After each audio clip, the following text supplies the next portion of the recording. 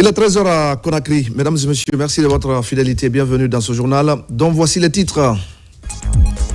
De la parole à l'acte, les ministres de l'Information et du Plan ont remis hier les clés de la maison promise aux enfants de notre regretté confrère Daouda Tabassila, un geste de portée symbolique qui concrétise la promesse du chef de l'État.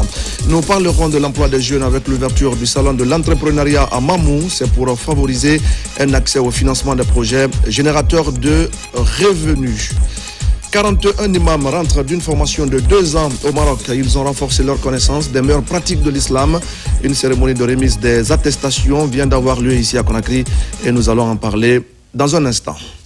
Bonjour à tous. C'est un geste de haute portée sociale que vient de poser le chef de l'État, le président Mamadi Doumbouya, en exécution de ses instructions. Le ministre de l'Information, accompagné de son homologue du plan et de plusieurs hauts cadres de l'administration, a procédé à la remise officielle des clés d'une maison aux enfants de notre regretté confrère Daouda Tabassila.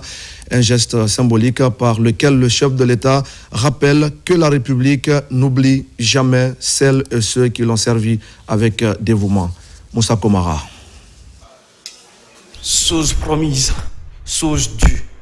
Voici la somptueuse villa scintillante offerte par le président de la République, Mamadi Doumbouya, aux enfants du journaliste reporter d'images Daouda Tabassila, décédé en août 2025.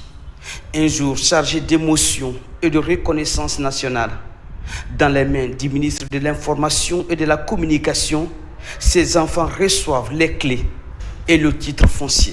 En offrant une villa entièrement équipée et une prise en charge intégrale des frais de scolarité des enfants du journaliste Feu Daouda Tabassila, Monsieur le Président de la République, le chef de l'État, Son Excellence Mamadi Doumbouya, rappelle à chacun de nous que la grandeur d'un chef d'État ne se mesure pas seulement à ses décisions politiques, mais aussi en sa capacité à incarner la solidarité, la compassion et la reconnaissance qui honorent la mémoire de ce serviteur de la vérité et de l'information. Ce geste n'est pas seulement un acte de générosité, il est un témoignage vivant de l'engagement du président de la République, son Excellence Mamadi Doumbouya, à partager la dignité des familles éprouvées, à honorer la mémoire de ceux qui ont consacré leur vie à servir la nation. Il fut un collaborateur d'exception, il fut un collaborateur de méthode, mais aussi un collaborateur dynamique et disponible. Chers amis, qu'Allah subhanahu wa ta'ala, dans son infinie miséricorde, lui raccorde son pardon. Ce duplex, composé de 5 chambres équipées, devient aujourd'hui plus qu'un toit. Il incarne la solidarité, la stabilité envers une famille après le choc. À la RTG où Tabassila a tant servi, collègues et responsables ont presque vidé les bureaux pour venir manifester leur enthousiasme et reconnaissance au président de la République pour ces gestes sociaux et humains qui vient apaiser une douleur encore vive. Cette maison est plus qu'un simple toit. Elle est le symbole de l'amour de la nation pour votre père, pour votre époux, pour votre fils. C'est aussi le témoignage que son combat et son engagement n'ont pas été vains. Le syndicat, l'administration générale de la RTG et l'ensemble des travailleurs de la RTG resteront à votre côté. Dans cette villa, au-delà des murs et des portes, c'est l'héritage d'un journaliste intègre qui continue de vivre. Pour sa famille encore éprouvée par la perte, ce geste du président Doumbouya reste un symbole.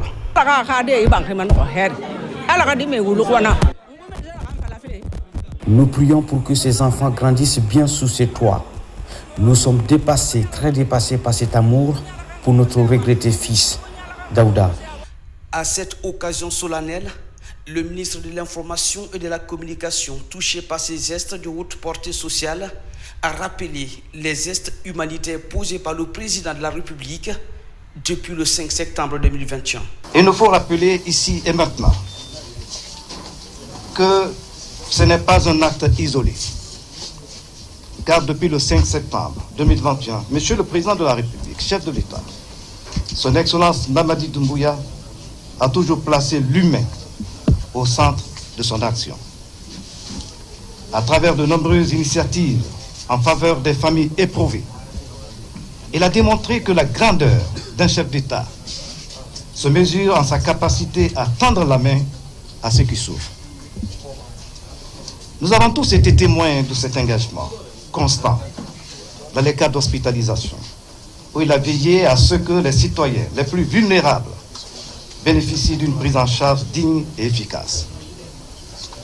Nous avons vu son implication dans les évacuations sanitaires, permettant à des compatriotes gravement malades d'accéder aux soins spécialisés à l'étranger. Ces jours chargés d'histoire et d'émotions, le livre saint a encore été lu plusieurs fois.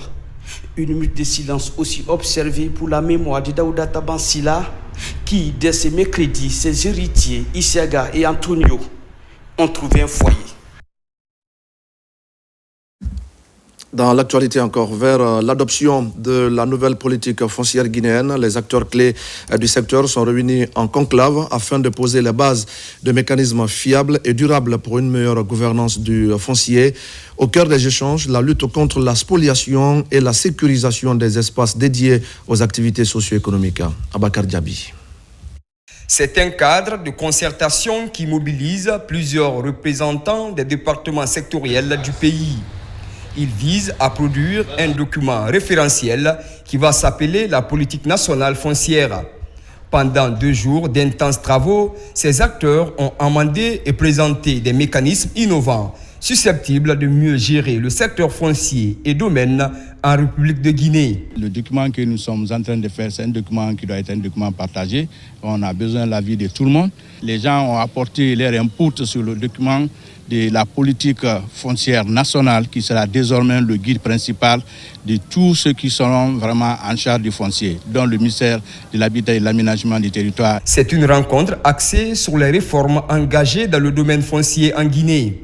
Elle prend en compte les préoccupations de tous les services techniques évoluant dans le domaine afin de doter le pays d'une politique fiable pour le développement socio-économique durable. Et cadre déconcentré au niveau régional et puis aussi les cadres du ministère de l'Habitat qui ont tout laissé pendant les 2 journées à venir apporter leurs connaissances, tout ce qu'ils avaient comme technique et tout ce qu'ils avaient comme outil aujourd'hui dans la gestion foncière et tout ce qui est lié à la problématique du foncier.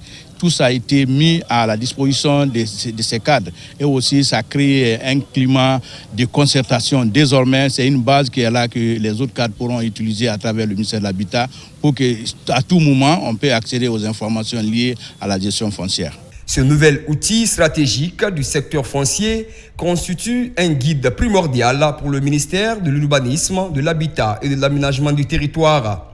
Il va à coup sûr pallier aux manquements récemment enregistrés dans le domaine foncier, comme la spoliation au niveau des secteurs agricoles, miniers, industriels et habitat en Guinée.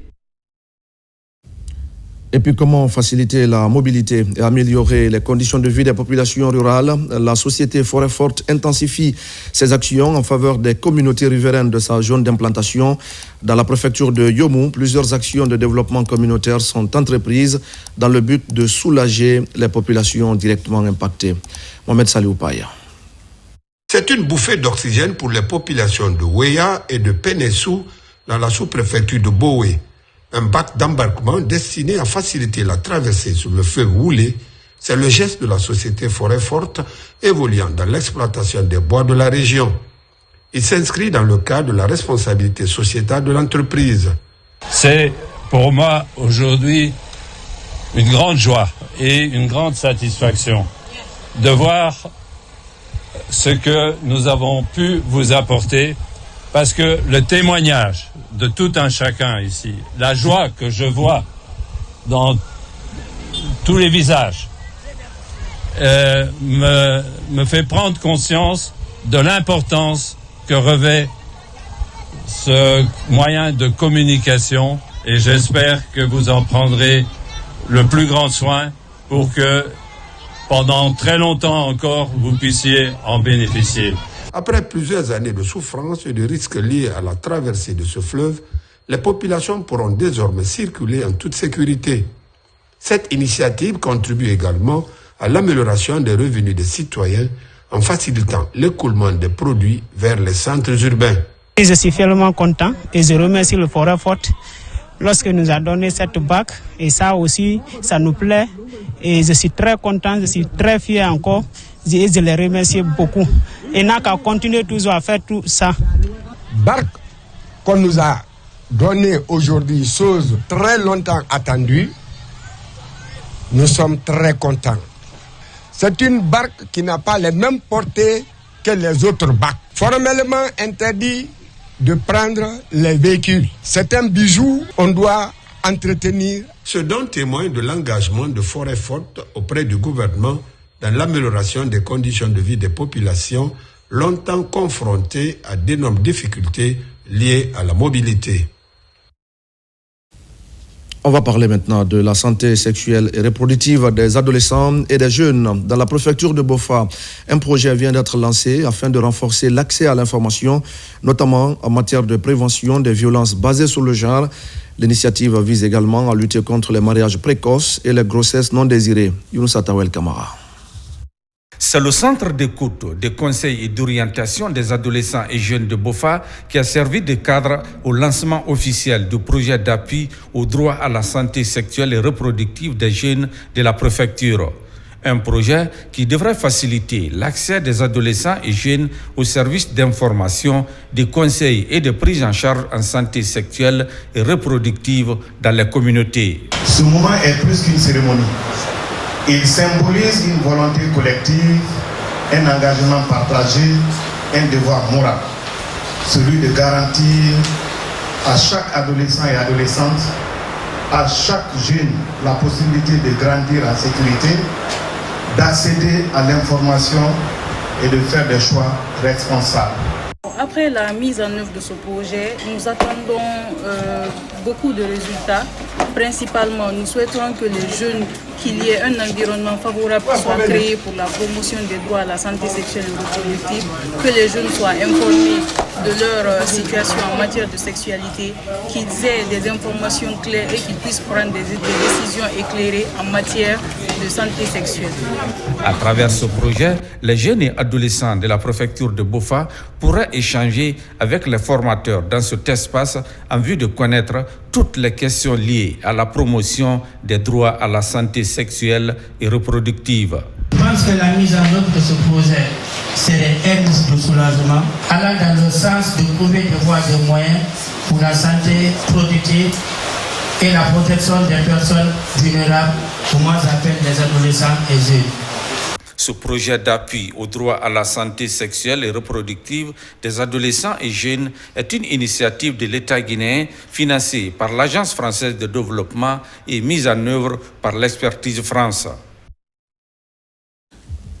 Appui aux jeunes migrants de retour. Je le disais au sommaire, au total, ils sont plus de 100 à prendre part à Mamou au Salon de l'emploi et de l'entrepreneuriat organisé par le réseau Afrique Jeunesse de Guinée. L'objectif est d'aider ces jeunes à monter des projets bancables et à trouver des financements auprès des institutions de microfinance. Mamadou Paté Baldé. La première édition du Salon de l'emploi et de l'entrepreneuriat s'est ouverte à Mamou. Initié par le RASGI en partenariat avec le Forum des réfugiés sur financement de l'AFD, ce salon touche 100 jeunes migrants de retour et des groupements appuyés par le RASGI dans le cadre de la mise en œuvre de l'organisation de la société civile migrant. Cette rencontre permettra aux jeunes de Mamou d'échanger entre eux par rapport à la perspective d'entrepreneuriat, par rapport aussi à la perspective de communication entre eux. Ce salon répond à un objectif fondamental, favoriser l'insertion sociale et professionnelle des jeunes en les mettant en relation directe avec les entreprises, les institutions de formation et l'ensemble des acteurs économiques. Durant 2 jours, des ateliers, des conférences, débats, des formations et des techniques de montage de projets et des curriculums vitae détaillés ont été animés pour permettre aux jeunes et aux groupements de monter des projets bancables. Nous avons l'assurance qu'il y a des structures qui accompagnent le ministère de la Jeunesse dans la mise en œuvre de sa politique. Le deuxième niveau de satisfaction, c'est l'opportunité que l'espace offre aux jeunes et aux partenaires en termes d'échange, en termes de formation, mais aussi en termes d'apprentissage. Cette initiative du réseau Afrique Jeunesse de Guinée vise l'identification et l'accompagnement des jeunes et au-delà par les institutions de microfinance pour le montage de leurs propres projets afin de lutter contre le chômage et l'immigration irrégulière. Si les partenaires nous accompagnent pour dire qu'ils vont nous accompagner pour faire outiller nos enfants, de les faire savoir et de les rendre autonomes ici à travers le partenariat, à travers le projet qu'on va leur donner. À travers des stands d'exposition, Razgui s'est entretenu avec les jeunes sur les opportunités de création d'emplois et d'accompagnement en vue de maintenir ces jeunes hantés par le chemin de la Méditerranée vers une aventure incertaine. Promotion de l'autonomisation des jeunes toujours. Le gouvernement guinéen, en partenariat avec le programme des Nations Unies pour le développement, vient d'équiper plusieurs PME de la région de l'Abbé en matériel agroalimentaire. Un appui qui devra permettre aux bénéficiaires d'accroître significativement leur productivité. On fait le point avec Sarafdin Diallo et Nabila Moussa Kamara. 9 PME évoluant dans la transformation agroalimentaire viennent de bénéficier d'un important lot de matériel, composé notamment d'un pasteurisateur, de moulins motorisés, de déshydrateurs et de cuisinières. Financé par le PNUD et remis sous le leadership des ministères du Commerce, de l'Industrie et des PME. Cet appui vise à renforcer la productivité des bénéficiaires et à soutenir l'autosuffisance alimentaire dans les communautés. Cette activité, c'est la remise des matériels de construction agroalimentaire destinés à 9 PME de la région administrative de l'Abbé. À travers le ministère du Commerce et le ministère de l'Industrie et des PME que je représente ici. Aujourd'hui, c'est une fierté pour moi parce que je suis bénéficiaire de ces équipements. Le PNUD se tient à cette occasion aux côtés du gouvernement de la Guinée et singulièrement le ministère du Commerce et du ministère de l'Industrie pour accompagner les entreprises, les PME locales à offrir des produits leur permettant à la Guinée de mieux profiter de cette compétition ou de ce libre-échange intra-africain. Le gouvernement guinéen fait de l'autonomisation des filles et des femmes ainsi que de l'entrepreneuriat des jeunes une priorité. Les PME bénéficiaires s'engagent à utiliser ces équipements pour mieux répondre aux besoins des populations. J'espère qu'elles seront courageuses pour rester ensemble, avoir un esprit d'équipe, pour travailler ensemble. Ces équipements ne sont pas à usage personnel. Travaillez avec les communautés, mais surtout, n'oubliez pas le début de la chaîne.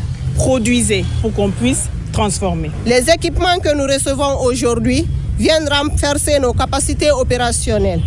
Ils amélioreront de manière significative nos conditions de travail, la qualité de nos services, ainsi que notre efficacité sur le terrain. Partenaire stratégique de la Guinée, le PNUD annonce la poursuite et l'élargissement de ses acquis dans plusieurs secteurs clés du développement local.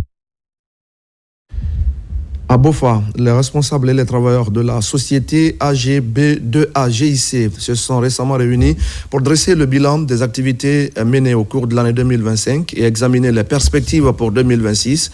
Au centre des préoccupations, la relance des travaux de l'entreprise après plusieurs mois d'arrêt.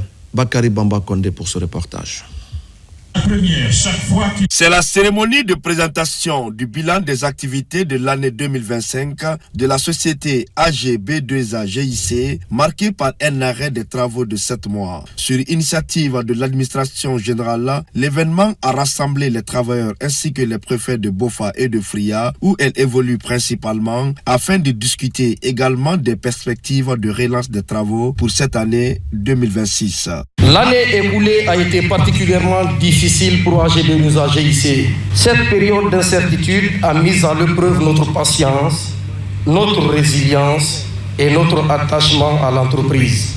Dans ce contexte, Je tiens à saluer avec respect et reconnaissance le sens de responsabilité du personnel resté mobilisé malgré l'arrêt des activités. Les dirigeants de la société ont présenté les résultats obtenus malgré ce temps d'arrêt. Selon les rapports, AGB2AGIC a réalisé un port minéralier moderne à Bofa et a réussi à sauver l'emploi de plus de 4000 travailleurs en majorité guinéens. Ils ont exposé un plan ambitieux pour redémarrer les projets en mettant l'accent sur le développement local. Nous changeons de statut. Nous n'allons plus être des prestataires, c'est-à-dire des amodiataires, mais nous allons être maintenant une société minière de plein droit. Merci au président Mamadi Doumbouya. De rien, tu deviens société minière avec un permis d'exploitation. Je pense qu'on ne peut envisager mieux. Il n'est un secret pour personne que cette entreprise traîne près de 4000 casseroles. Remettre ces familles dans l'espoir de vivre dignement, nous dirons très sincèrement merci à cette entreprise. Avec un plan de relance ambitieux pour 2026, la société AGB2AGIC veut se positionner comme un acteur clé dans le développement local de Bofa et de Fria, promettant un meilleur avenir pour les différentes communautés. Et puis parmi les symboles les plus marquants de l'indépendance de la Guinée figure en bonne place l'imprimerie Patrice Lumumba, implantée à Kolea dans la commune de Matam. Cette imprimerie a longtemps incarné la fierté d'une Guinée libre, souveraine et créative. Malheureusement, ce joyau du patrimoine historique traverse aujourd'hui une période de profond déclin au point de ne plus être que l'ombre de sa grandeur passée. C'est un reportage de Hadja Adama Magasuba. Créée en fin d'année 1961 sous la vision du président Ahmed Sékou Touré, l'imprimerie Patrice Lumumba, du nom du premier ministre de la RDC, fut l'un des joyaux du développement intellectuel et éducatif du jeune État guinéen. C'est dans ce complexe que se fabriquaient les manuels scolaires, le journal officiel, les affiches de sensibilisation et les journaux qui accompagnaient la construction de la conscience nationale. Le nom de ce patrimoine résonnait très loin, au-delà des frontières guinéennes. Du Sénégal au Mali, en passant par la Côte d'Ivoire, la Sierra Leone et la Guinée-Bissau, tous saluaient la qualité de ses impressions et la rigueur de son personnel technique. Oui, effectivement. On envoyait même des cahiers au Libéria, en Sierra Leone et comme ça. Si on donne, on vend à un autre, c'est qu'on a assez. Il y avait la production, on travaillait matin et soir. Alors, vraiment, le monde... Les élèves guinéens n'avaient aucun problème dans ce cadre-là. C'était donné gratuitement. C'est dommage, ces machines ont été vandalisées. Le premier président de la Guinée, Feu Ahmed Sékou Touré, a voulu tout faire en grand. Il n'a jamais voulu faire des petites choses. C'est pourquoi l'imprimerie était faite pour pouvoir servir toute la sous-région ouest-africaine. Imaginez-vous, les titres et valeurs, ça se faisait là-bas. Les cahiers et enveloppes, ça se faisait à Patrice Lumumba. Le Coran qu'on faisait à Lumumba, c'était la meilleure version du Coran en Afrique de l'Ouest. Et, dites-vous, c'était pas la pagaille, c'était pas géré par n'importe qui. C'était géré par Feu El Hadj Abdraman Kaba, qui était l'imam adjoint de la mosquée Faisal et qui a fait ses hautes études à l'université Al-Azhar en Égypte. Franchement, j'ai le cœur meurtri qu'on me demande aujourd'hui de parler de l'imprimerie Patrice Lumumba. Parce que quand je sais ce que ces travailleurs de l'imprimerie ont fait pour la patrie, qu'ils ont fait pour la nation, pour le pays, pour la grandeur de la Guinée, et que je vois aujourd'hui beaucoup de ces travailleurs qui vivent vraiment d'une manière misérable, ça me donne de la peine au cœur. Fruit de la coopération guinéo-allemande, elle a permis à notre pays d'imprimer de nombreuses revues, des livres, mais aussi des cahiers et documents administratifs officiels. C'est choquant. Et ici, nous sommes devant les ateliers du complexe industriel polygraphique Patrice Lumumba. À l'époque, c'était le plus grand complexe polygraphique de l'Afrique de l'Ouest. Les enseignants, eux, voyaient en cette institution un appui inestimable pour la diffusion des manuels scolaires et des œuvres éducatives. Mais en 1984, après la disparition du président Ahmed Sékou Touré, le destin de ce complexe s'assombrit. Les machines se sont tues, le personnel dispersé et le bâtiment, autrefois bourdonnant d'activité, est devenu un vestige du passé. Mais ils n'ont qu'à penser à nous. Nous avons servi loyalement cet État. Je suis venu à l'imprimerie en 1960, jusqu'à sa fermeture. J'étais à l'imprimerie. Quand ils ont fermé l'imprimerie, 120 000 francs par trimestre, toute hiérarchie confondue. 120 000 francs par trimestre. Après, aujourd'hui, nous sommes à 500 000 francs par personne. Dans ce complexe, le Saint-Courant était souvent produit à la demande des autorités saoudiennes qui appréciaient grandement le produit fini. Il y avait également au sein de cette bâtisse un réfectoire qui servait de salle de spectacle et de répétition des orchestres nationaux et l'ensemble instrumental et choral national dirigé par le charismatique El Hadj Touri Kandia Kouyaté. On avait une salle culturelle. Ça servait de restaurant, ça servait de trucs culturels. Les artistes y venaient, les grands ballets africains qui ont fait la grandeur de la Guinée répétaient là-bas. L'ensemble instrumental qui a fait la grandeur de la Guinée répétait là-bas. À l'heure où la Guinée s'efforce de construire ses fondations économiques et culturelles, la relance de l'imprimerie Patrice Lumumba serait bien plus qu'un simple geste de mémoire. Ce serait un acte de continuité historique, une volonté de redonner à la jeunesse guinéenne les outils du savoir et de la fierté. Au niveau de l'enseignement technique maintenant, à Farana, l'inspection régionale et les établissements publics bénéficient de 21 motos. C'est dans le cadre du volet Simandou Academy, une impulsion du président de la République pour renforcer les capacités opérationnelles des établissements bénéficiaires. Ibrahima Oulin Fofana est notre correspondant à Farana. À Farana, ces 21 motos sont destinées à l'inspection régionale de l'enseignement technique, de la formation professionnelle et de l'emploi de Farana, ainsi que 7 autres établissements d'enseignement technique et de formation professionnelle publique.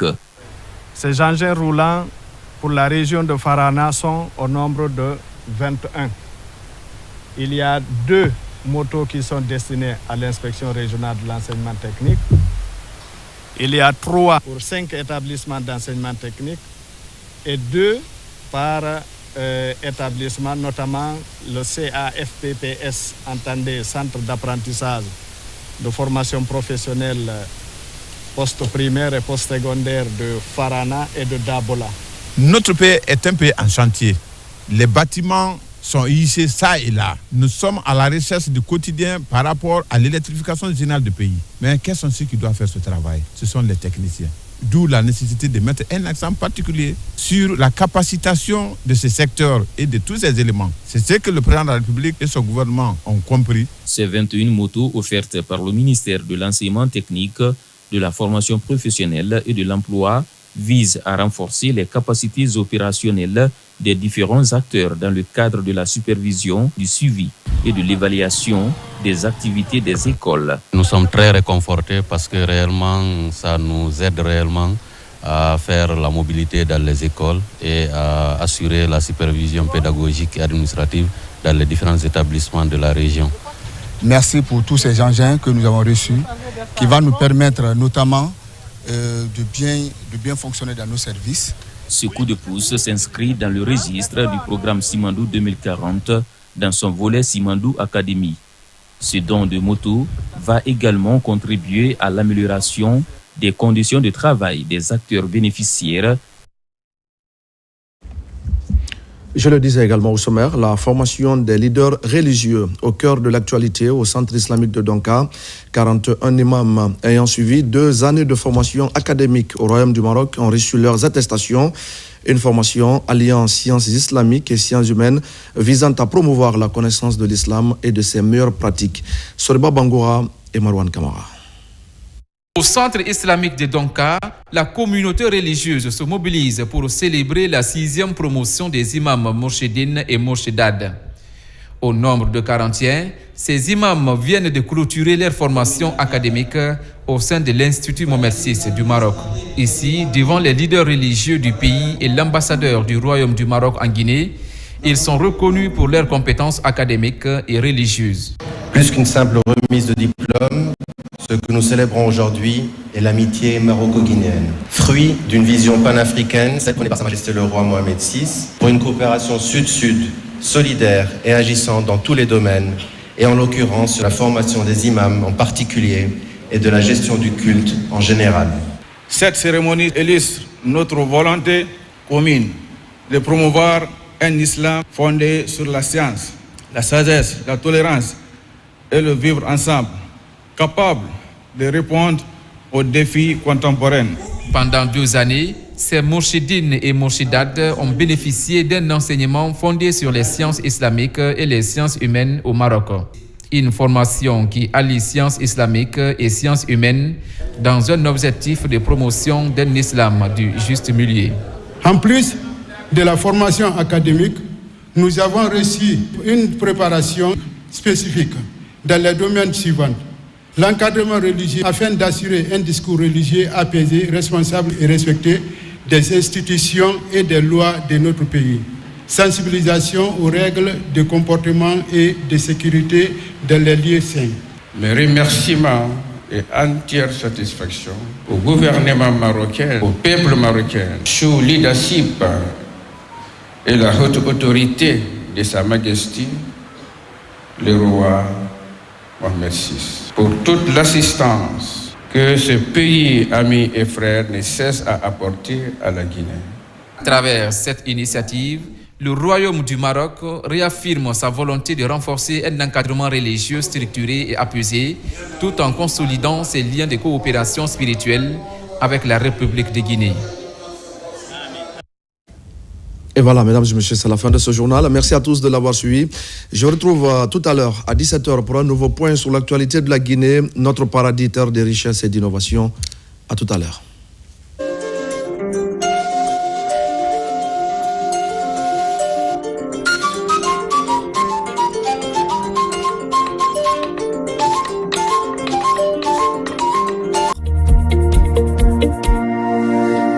Je suis Aboubakar Kamara, ministre de l'hydraulique et des hydrocarbures.